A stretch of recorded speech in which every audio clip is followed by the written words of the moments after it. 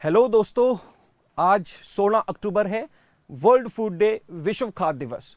तो आज ही के दिन जो हमारा फूड एंड एग्रीकल्चर ऑर्गेनाइजेशन जो पूरी दुनिया भर में फूड सिक्योरिटी के ऊपर, फूड की न्यूट्रिएंट वैल्यू के ऊपर बात करता है, डिस्कशन करता है, उसकी आज 75th एनिवर्सरी भी है।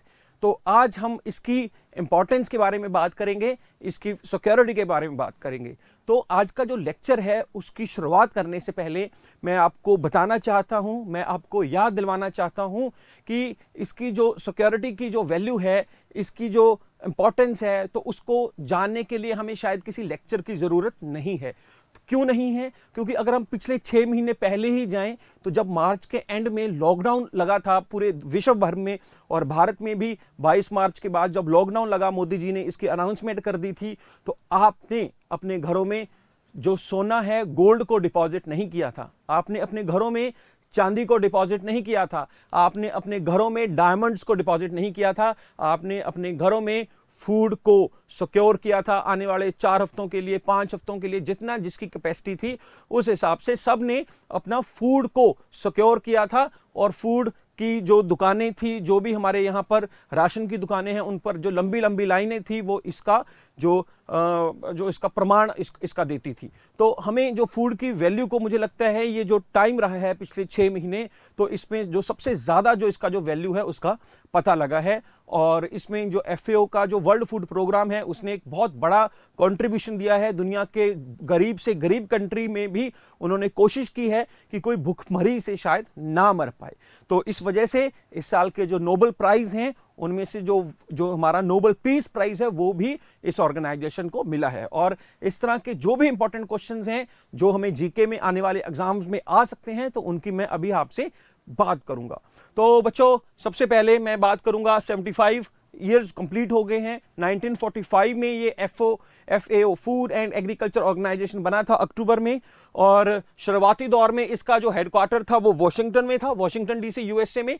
और हालांकि इसकी जो एस्टेब्लिशमेंट है 1945 में वो कनाडा में हुई थी। ठीक है, कनाडा में हुई थी। कनाडा का ये जो शहर है जिसका नाम है क्यूबेक। और 1951 में ये 1951 में इट वाज मूव टू, इसका जो हेडक्वार्टर है, इट वाज मूव टू रोम। और आज तक इसका जो हेडक्वार्टर है यहीं पर है, रोम, जो आपको पता है कहां पर है, it is the capital of Italy. ठीक है, और आज इसके जो टोटल मेंबर हैं वो 190 कंट्रीज इसके मेंबर हैं। और इसके फिलहाल जो आज की तारीख में जो इसके डायरेक्टर जनरल हैं वो है क्यू डोंग्यू। तो इसके जो डायरेक्टर जनरल क्यू डोंग्यू। तो ये कुछ फैक्ट्स हैं जिनके बारे में मैंने बात की है।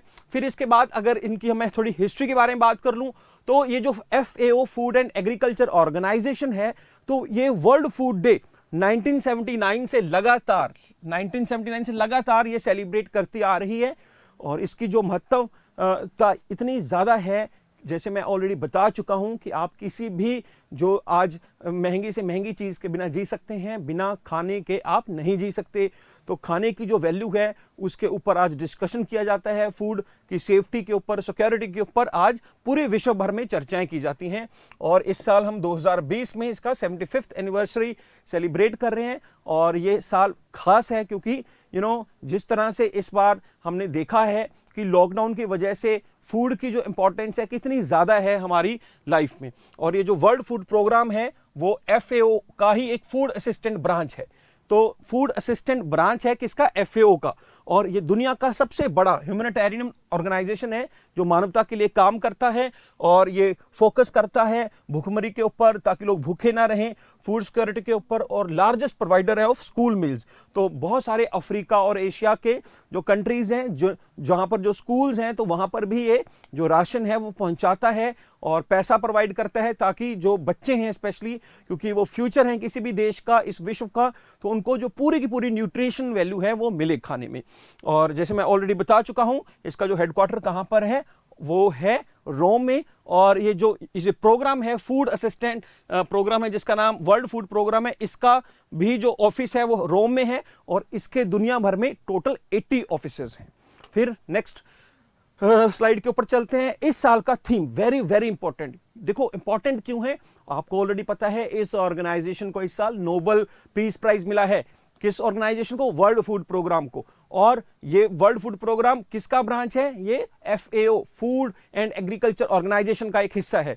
तो इस साल का जो थीम है वो है grow, nourish, sustain together, our actions are our future. इसको हमें याद रखना है कि ये इसका थीम है इस साल का, our actions are our future. फिर प्रधानमंत्री जी भी आए आज। जैसे आपको पता है कि जितने भी इंपॉर्टेंट और इंटरनेशनल जो ऑब्जर्व किए जाते हैं डेज, जो हमारे प्रधानमंत्री जी आते हैं, अपने विचार प्रकट करते हैं, तो इस बार भी वो आए अभी आज सुबह, और उन्होंने कहा कि कुपोषण के जो खिलाफ है भारत की लड़ाई बड़ी मजबूत है। और इस लड़ाई में हमने जो पिछले 6 महीने खासकर उन्होंने चर्चा की कि कैसे जो देश के किसान ने पूरी दुनिया के लिए, पूरे देश के लिए डट के मुकाबला किया और कोई भी जो मौत है वो भुखमरी के कारण होने नहीं दी। और पोषण जैसे महिलाओं के लिए, गर्भवती महिलाओं के लिए, बच्चों के लिए, स्कूल के बच्चों के लिए बहुत सारे जो प्रोग्राम्स हैं उनका भी इन्होंने विश्लेषण किया, जो भारत गवर्नमेंट पिछले कुछ सालों से चलाती आ रही है। और 75th एनिवर्सरी के ऊपर इन्होंने कुछ अनाउंसमेंट की, जैसे कि इन्होंने कहा कि एक तो जो भारत की गवर्नमेंट है 75 रुपीज का एक सिक्का जो उसे इन्होंने इशू किया है। 75 साल जो FAO के जो पूरे हुए हैं उसकी सालगिरह के ऊपर इन्होंने 75 रुपीज का एक सिक्का जो इन्होंने इनोग्रेट किया है। और इस तरह के जो सिक्के मार्केट के लिए नहीं होते, वो हमारे पास नहीं आएंगे, ये सिर्फ और सिर्फ म्यूजियम्स के लिए होते हैं, सालगिरह को सेलिब्रेट करने के लिए होते हैं। सिक्का मैं दिखा भी देता हूं आपको, ये इस तरह से सिक्का है 75, और इसके ऊपर इन्होंने जो लिखा है सही पोषण देश रोशन, सही पोषण देश रोशन। इस तरह के क्वेश्चंस बन सकते हैं कि सिक्के के ऊपर क्या लिखा था। ठीक है, तो जो सिक्के हैं आमतौर पे मिनिस्ट्री ऑफ फाइनेंस इशू करती है, और ये 75 ईयर्स का जो सिक्का, 75 रुपीज का ये जो सिक्का है, ये आज इसकी जो FAO की 75th जो है एनिवर्सरी के ऊपर गवर्नमेंट ने इशू किया है। फिर अगर मैं बात करूं, हम ऑलरेडी बात कर भी चुके हैं, नोबेल पीस प्राइज मिला है इस साल का वर्ल्ड फूड प्रोग्राम को, जो कि FAO का ही एक हिस्सा है। और इंडिया का जो प्रपोजल था हमने कुछ साल पहले दिया था कि 2016 को हमने कहा था कि आप international year of pulses celebrate कीजिए, और 2023 को आप international year of millets celebrate कीजिए। तो इसे FAO ने माना भी है। तो 2016 में जो हमने दाल, पल्सेस मींस दालों, क्योंकि दाल जो प्रोटीन से भरपूर होती है और बहुत ज़्यादा इसकी न्यूट्रिएंट वैल्यू है, तो हमारा ये जो प्रपोजल है FAO ने माना। और 2023 में भी हमारा प्रपोजल मानकर जो बाजरे को की जो खेती को जो प्रमोट करने के लिए international year of millets, millets means bajra, तो उसकी खेती को प्रमोट किया जाएगा, और वो 2023 का साल होगा। तो the PM will also dedicated to the nation, जो प्रधानमंत्री ने जो 17 है बायोफोर्टिफाइड जो वैरायटीज हैं 8 फसलों की, उनको भी देश के लिए समर्पित किया। अब आप सोच रहे होंगे कि ये जो बायोफोर्टिफाइड वैरायटीज, बायोफोर्टिफिकेशन क्या होती है? तो बायोफोर्टिफिकेशन एक प्रोसेस है जहां पर किसी भी फसल की जो न्यूट्रिएंट वैल्यू है उसको नेचुरल तरीके से इंक्रीज कर दिया जाता है। ठीक है, नेचुरल तरीके से, ये मैंने आप एक इसका डेफिनेशन भी लिख दिया, आप इसको ध्यान से देख सकते हैं कि किसी भी फसल की अगर आप नेचुरल तरीके से उसकी जो एडिशनल न्यूट्रिएंट वैल्यू है उसको इंक्रीज करते हैं तो उसको आप बायोफोर्टिफिकेशन बोलते हैं। और अगर आप कुछ आर्टिफिशियल तरीके से उसका न्यूट्रिएंट वैल्यू इंक्रीज करते हैं तो उसे हम क्या बोलते हैं? फोर्टिफिकेशन बोलते हैं।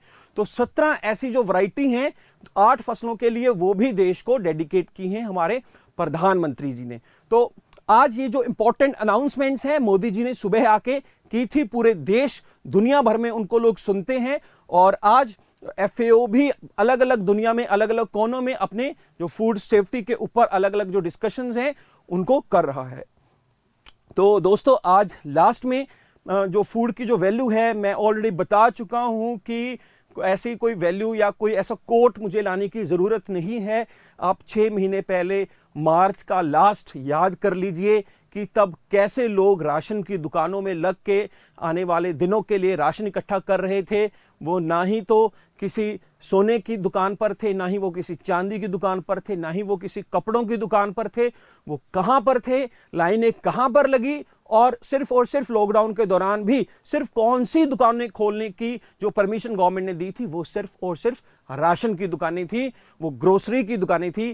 तो बड़े फेमस एक कोट है कि आपको डॉक्टर की, आपको साइंटिस्ट की, आपको लॉयर की, आपको प्रीचर की लाइफ में कभी कभी ज़रूरत पड़ती है, लेकिन किसान एक ऐसी प्रजाति है जिसकी ज़रूरत आपको हर रोज़ 3 बार पड़ती है, हर रोज़। तो हमेशा आप किसान को थैंक यू बोलिए। और मुझे लगता है कि जो किसान है वो भगवान का ही अवतार है। जो लोग किसानी का काम करते हैं वो as compare to other persons बहुत ईमानदार, और भगवान का मैं अवतार इसलिए कह रहा हूं कि क्योंकि जो अन्नदाता है वही भगवान है। पैसे देकर तो आप कुछ भी खरीद सकते हैं, लेकिन उस खेत में मेहनत करना, ठीक है, वो हर कोई नहीं कर सकता। तो इसीलिए हमें इस साल 2020 का ये जो साल रहा है, इसे 75 ईयर्स तो हम सेलिब्रेट कर रहे हैं। तो हम एक विचार करें कि हमेशा जो किसान है तो उसको वैल्यू करेंगे, उसकी फसल को वैल्यू करेंगे। और ये देश, दुनिया, बैंकिंग सिस्टम को समझना चाहिए कि अगर किसान अगर मरता है तो फिर आपकी इकोनॉमी को मरने से कोई नहीं रोक सकता। तो मरने से नहीं रोक सकता, तो आपको ज़रूरी है कि आपको एग्रीकल्चर को बचाना है, अपने किसानों को बचाना है।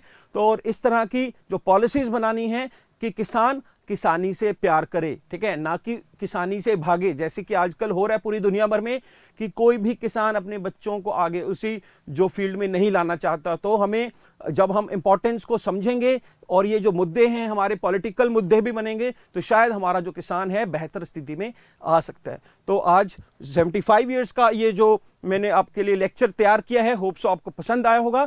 और अगर आपको ये मेरा लेक्चर अच्छा लगा तो इस लेक्चर को ज़रूर शेयर कर दीजिए, और अपने जो कमेंट्स भी मुझे आप दे सकते हैं नीचे कमेंट बॉक्स में। Thank you very much.